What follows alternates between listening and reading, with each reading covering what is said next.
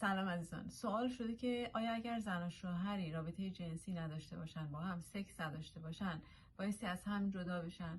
ببینید عزیزان، همینطور که داشتن یه رابطه جنسی خوب یا سکس خوب تضمینی برای تداوم و ادامه زندگی زناشویی شما نمیشه، به همون نسبت هم نداشتن رابطه جنسی دلیلی به خودی خود دلیلی کافی برای طلاق و جدایی نیست.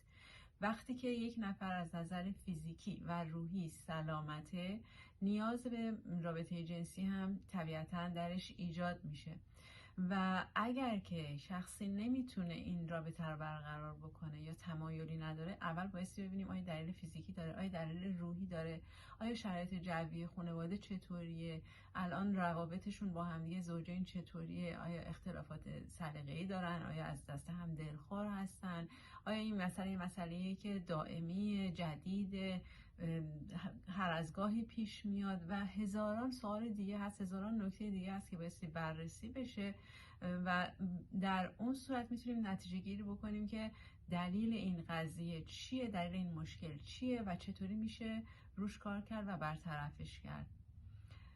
من مهتاب یزدانی هستم، مشاور و تراپیست فردی، زوج درمانگر. ممنون از توجهتون، وقتتون خوش.